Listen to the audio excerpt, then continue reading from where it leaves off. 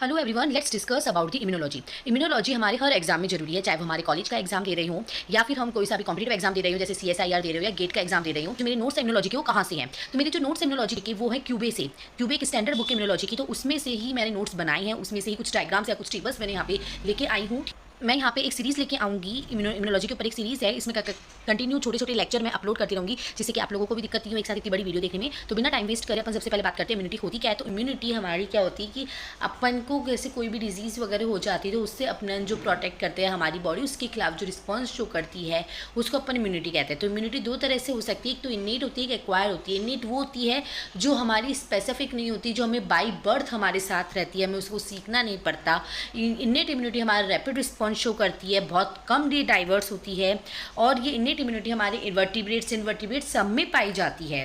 ठीक है, innate immunity की कुछ खास बात देखें तो ये इसमें मेमोरी सेल नहीं होते, या फिर अपन कुछ ऐसे कह सकते हैं कि अभी कुछ रिसर्चेज ऐसी आ रही है सामने कि अपन ये कह सकते हैं कि उसमें लो अमाउंट में मेमोरी सेल हमें वहाँ पे देखने को मिलता है।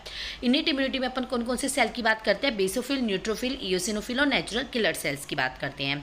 नेक्स्ट जो पार्ट होता है इम्यूनिटी का वो होता है एक्वायर्ड इम्यूनिटी। एक्वायर्ड इम्यूनिटी कौन सी होती है? ये बेसिकली स्पेसिफिक होती है एक पर्टिकुलर एंटीजन के लिए। स्पेसिफिक होने के कारण इसका जो रिस्पॉन्स का जो टाइम है वो थोड़ा स्लो हो जाता है as compare to innate immunity.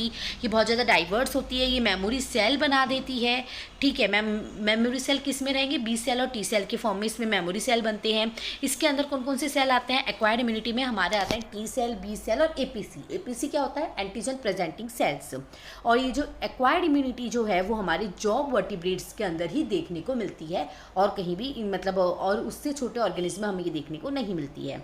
तो सबसे पहले अपन देखते हैं कि पैथोजन है। ठीक है, पैथोजन जो आता है उस पर इन्नेट इम्यूनिटी भी रिस्पॉन्स करती है और अडेक्टिव भी इम्यूनिटी रिस्पॉन्स करती है। दोनों आपस में मिलकर काम करती हैं, और जो पैथोजन आया है उसको मार भगाने का ये काम करती है।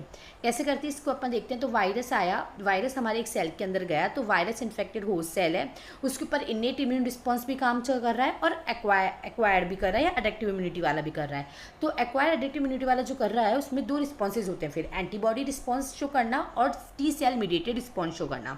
एंटीबॉडी रिस्पॉन्स में क्या होता है? जैसे ही बी सेल के पास ये खबर पहुंचती कि भाई एंटीजन आया है, और बी सेल्स के पास कुछ ऐसे मॉलिक्यूल्स होते हैं जिससे कि वो एंटीजन को एक्सेप्ट कर लेता है, उसको पहचान लेता है, तो वो क्या करता है? वो डिफ्रेंशिएट होता है प्लाज्मा सेल के अंदर और वो एंटीबॉडी का फॉर्मेशन करता है।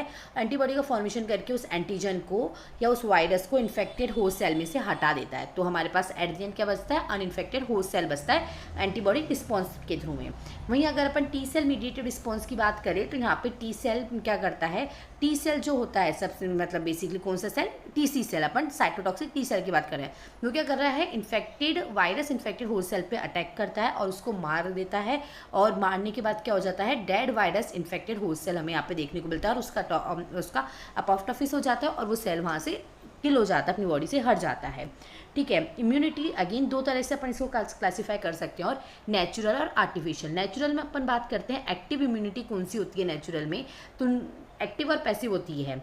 ठीक है, एक्टिव इम्यूनिटी जो नेचुरल में आती है, जैसे कि पैथोजन का एनकाउंटर हुआ नेचुरली और उसके खिलाफ जो रिस्पॉन्स आए वो हमारे एक्टिव इम्यूनिटी है। इसमें मेमोरी सेल का यहाँ पे क्या होता है? फॉर्मेशन भी होता है।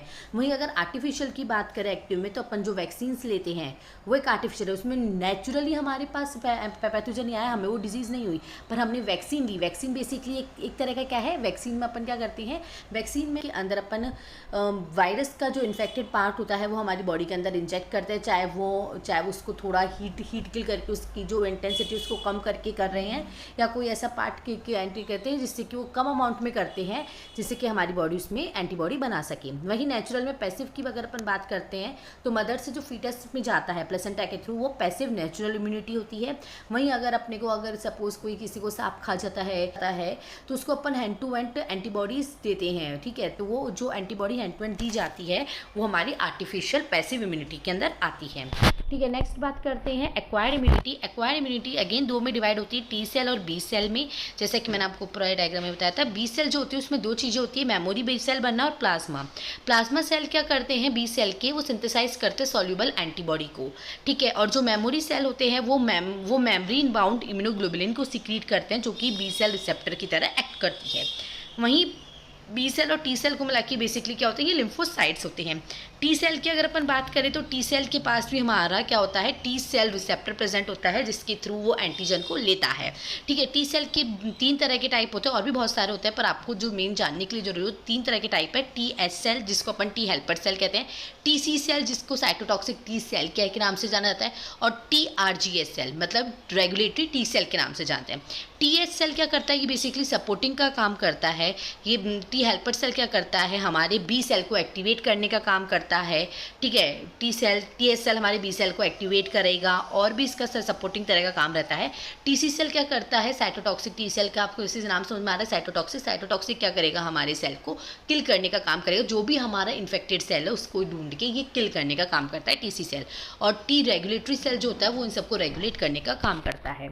सेल और टी सेल पे जो रिसेप्टर प्रेजेंट होते हैं, सेल मेम्ब्रेन रिसेप्टर प्रेजेंट होते हैं, ये दोनों ही रिसेप्टर बाइंड करते हैं एंटीजन से। किसके थ्रू ये बाइंड करते हैं, ये बाइंड करते हैं बाया एमएससी मॉलिक्यूल। एमएससी मॉलिक्यूल क्या होता है, एमएससी का फुल फॉर्म होता है जैसे कि मेजर हिस्टोकॉम्पेटिबिलिटी कॉम्प्लेक्स। ये एक ऐसा मॉलिक्यूल है जिसके थ्रू हमारा जिसके थ्रू एंटीजन एमएससी मॉलिक्यूल के ऊपर आता है और उसको पहचानता है टी सेल या बी सेल के रिसेप्टर। ठीक है, अब ये एमएससी मॉलिक्यूल किन के ऊपर प्रेजेंट होता है, एमएससी मॉलिक्यूल प्रेजेंट होता है हमारे एंटीजन प्रेजेंटिंग सेल्स के ऊपर। एंटीजन प्रेजेंटिंग सेल्स के अंदर कौन आते हैं, डेंड्राइटिक सेल आते हैं, माइक्रोफाज सेल्स आते हैं और हमारे बी सेल्स आते हैं। ठीक है, पर अपन ये कह सकते हैं कि सिर्फ बी सेल के पास ऐसी कैपेबिलिटी होती है कि वो डायरेक्ट भी एंटीजन के साथ बाइंड कर सकता है थ्रू एंटीबॉडीज देयर। पर जो हमारे क्या होते हैं टी सेल होते हैं वो डायरेक्टली एंटीजन के साथ बाइंड नहीं करता, उसको एमएससी मॉलिक्यूल की जरूरत पड़ती ही पड़ती है।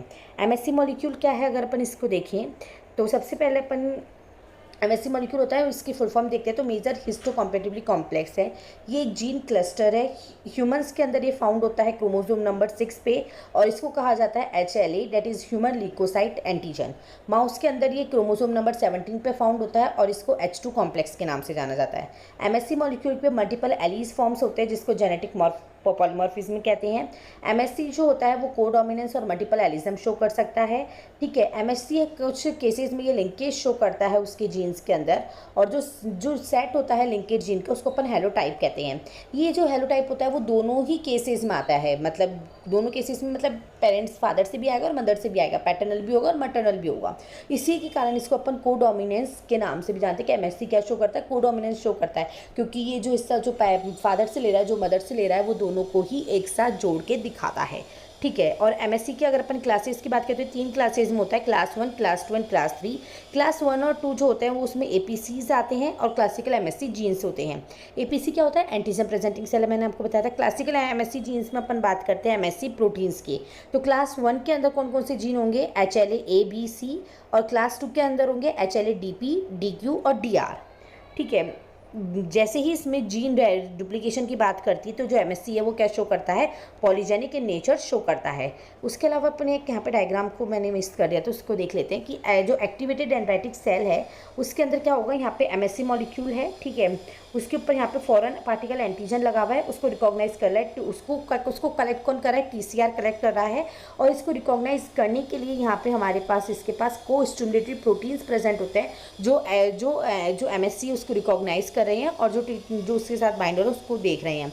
उसके अलावा यहाँ पे सेल अटेंशन प्रोटीन भी टी सेल्स के साथ और एक्टिवेटेड डेंड्राइटिक सेल के साथ अटैच रहते हैं। जब भी यहाँ पे एंटीजन टी सेल जब ले रहा होता है डेंड्राइटिक सेल या एपीसी के थ्रू जब वो एंटीजन को ले रहा होता है तो ये सारे फंक्शंस यहाँ पे होते हैं, मतलब कि जो टी सेल रिसेप्टर है वो उसको ले रहा होता है, रिसेप्टर फॉर कोस्टिमुलेटिंग प्रोटीन वहाँ पे देखने को मिलेगा और सेल एडेशन प्रोटीन भी हमें वहाँ पे देखने को मिलेगा। ठीक करते हैं एमएससी की क्लास के डायग्राम्स की। तो क्लास 1 जो होता है वो हमारे सारे न्यूक्लिएटेड सेल में हमें एक्सप्रेस होता है। क्लास 1 का डायग्राम देखेंगे तो इसमें एक अल्फ़ा की बड़ी सी चेन होती है, अल्फ़ा 1, अल्फ़ा 2, अल्फ़ा 3 इस तरह से दिखती हुई, और एक हमारी बीटा 2 की माइक्रोग्लोबुलिन की चेन होती है। ठीक है, जो अलग से रहती है। अल्फ़ा 1, 2, 3 एक साइड में होते हैं, नीचे वाला जो इसका जो मेम्ब्रेन के अंदर जा रहा है वहाँ पे सी रीजन होता है। बेसिकली क्या है, प्रोटीन है तो प्रोटीन के 2 टर्मिनल होते हैं, एन टर्मिनल और सी टर्मिनल। सी टर्मिनल कौन सा, COOH वाला टर्मिनल, एन टर्मिनल मतलब NH3 वाला टर्मिनल। ठीक है, तो जो सी टर्मिनल होगा वो ट्रांसमेम्ब्रेन के अंदर होगा और एन टर्मिनल होगा वो बाहर की तरफ होगा, और ये दोनों ही आपस में ऊपर जुड़ के आपको क्या दिखने को मिल रहा है, पेप्टाइड बाइंडिंग ग्रुप ये बनाते हैं जहाँ पे एंटीजन को ला के ये रख देते हैं। ठीक है। वहीं अगर क्लास 2 की अगर अपन बात करें तो यहाँ पे अल्फ़ा 1 अल्फ़ा 2 रहते हैं और बीटा 1 और बीटा 2 रहते हैं। तो क्लास 2 मतलब यहाँ पे 2 चेन देखने को मिलेगी। क्लास 1 एक चेन देखने को मिलेगी बड़ी सी और एक छोटा सा गोला हमें देखने को मिलेगा बीटा 2 का। इस तरह से अपन इसको याद कर सकते हैं। ठीक है। अब जो क्लास 2 जो एमएससी है वो एक्सप्रेस होता है एपीसी एंटीजन प्रेजेंटिंग सेल में। क्लास 1 जो होता है वो सारे न्यूक्लिएटेड सेल में हमें देखने को मिलता है, मतलब सारे ही सेल में हमें वो देखने को मिलेगा एक्सेप्ट आरबीसी, क्योंकि आरबीसी न्यूक्लिएटेड सेल नहीं है in the case of humans. ठीक है, केमिस्ट की अगर अपन इसमें बात नहीं कर रहे हैं। नेक्स्ट बात करते हैं एपीसी जो होता है वो एपीसी भी अब 2 तरह के होते हैं, एक तो होता है प्रोफेशनल एपीसी और एक होता है नॉन प्रोफेशनल। प्रोफेशनल एपीसी में आते हैं हमारे dendritic cell, macrophage, B cell. Dendritic cell और बी सेल है उसके अंदर जो ये जो MSC2 का ये हमारे कॉन्स्टिट्यूटिवली फॉर्म होता रहता है। ठीक है, इसमें बहुत ज़्यादा रहता है। वहीं मैक्रोफाज में एक्टिवेशन के दौरान ही ये फॉर्म होता है। नॉन प्रोफेशनल में अपन बात करते हैं फिब्रोब्लास्ट की, गिलाय सेल की, बीटा सेल की और थाइमिक एपिथेलियम सेल्स की। पर यहाँ पे देखें तो जो CD4 है जो टी हेल्पर सेल पे प्रेजेंट है वो कौन सा MSC रिकॉग्नाइज कर रहा है? MSC क्लास 2 को रिकॉग्नाइज कर रहा है। ठीक है, CD8 जो है वो साइटोटॉक्सिक सेल पे प्रेजेंट होता है, वो MSC क्लास 1 को रिकॉग्नाइज करता है। MSC क्लास 2 है वो एक्सोजीनस एंटीजन लेके जाता है, वहीं MSC क्लास 1 जो है वो एक्सोजीनस एंटीजन को लेके जाता है। एक्सोजीनस एंटीजन में अपन बात करते हैं वायरस वगैरह की। वहीं एक्सोजीनस एंटीजन जो टी हेल्पर सेल रिकॉग्नाइज कर रहा होता है उसमें बैक्टीरियल पैथन और प्रोटोजोन इन्फेक्शन किसमें अगर बात कर रहे होते हैं। तो CD क्या है? That is the cluster of differentiation, यहाँ पे जीन है। ये क्या करता है? MSC और TCR को मतलब बेसिकली MSC को रिकॉग्नाइज कर रहा होता है कि भाई ये जो TCR जो टी सेल रिसेप्टर के साथ जो आके MSC बाइंड हो रहा है वो उसी का ही MSC है या नहीं है। सब तो टी हेल्पर सेल के साथ जो MSC बाइंड होगा वो होगा MSC क्लास 2 का और उसको रिकॉग्नाइज करेगा CD4 मॉलिक्यूल। ठीक है, अब इसमें ये आ जाता है कि भाई MSC जो क्लास 2 का है जो आके बाइंड होता है टी हेल्पर सेल से, तो उस पे कौन सा डोमेन इंटरेक्ट करता है, उस पर CD का कौन सा डोमेन इंटरेक्ट कर रहा होता है? That is the beta 2 domain interact कर रहा है CD4 के साथ। वहीं MSC क्लास 1 में बात करें तो अल्फा 3 का जो डोमेन है वो इंटरेक्ट कर रहा है CD8 के साथ में। ठीक है, क्लास 1 और क्लास 2 की अगर अपन डिफ्रेंशिएशन की बात करें तो क्लास 1 का जो जीन जेनेटिक लोकस है वो HLA ABC है, वहीं क्लास 2 का DM, DQ, DP, DQ और DR है। चेन स्ट्रक्चर की बात करें तो alpha chain plus beta globulin chain होती है क्लास 1 में, वहीं क्लास 2 में अल्फा 1 अल्फा 2 बीटा 1 बीटा 2 होती है। क्लास 1 जो होता है वो सारे न्यूक्लिएटेड सेल में मिलता है, वहीं क्लास 1 जो है वो सारे न्यूक्लिएटेड सेल में मिलेगा, वहीं क्लास 2 जो है वो हमारे dendritic cell, B cell, macrophage cell और थाइमस एपिथेलियम सेल पे मिलेगा। क्लास 1 किसको एंटीजन को रिप्रेजेंट कर रहा होता है? साइटोटॉक्सिक टी सेल को। क्लास 2 किसको रिप्रेजेंट कर रहा है? टी हेल्पर सेल और टी रेगुलेटरी सेल को। क्लास 1 जो होता है वो मेनली प्रोटीन का बना हुआ होता है साइटोप्लाज्मा में, और वहीं जो क्लास 2 है वो एंडोसाइटोसिस प्लाज्मा मेम्ब्रेन और एक्स्ट्रा सेलुलर प्रोटीन का लेके आता है। पॉलीमॉर्फिक डोमेन कौन सा होता है क्लास 1 का? मतलब जो एंटीजन के साथ जो एंटीजन को पकड़ के लेके आ रहा है, जो एंटीजन को अपने ऊपर रख रहा है, दैट इज अल्फा 1 और अल्फा 2 का होता है क्लास 1 में, और क्लास 2 के अंदर अल्फा 1 और बीटा 1 का होता है। और जो रिकॉग्नाइजेशन करता है को स्टिमुलेटरी के लिए को रिसेप्टर जो रिकॉग्नाइजेशन में काम आता है क्लास 1 में, दैट इज CD8, और क्लास 2 के अंदर CD4 होता है। नेक्स्ट वीडियो में अपन बात करेंगे एंटीजन प्रोसेसिंग एंड प्रेजेंटेशन की और उसके आगे के टॉपिक्स की। If you like this video then subscribe my channel and watch for next video. Thank you so much.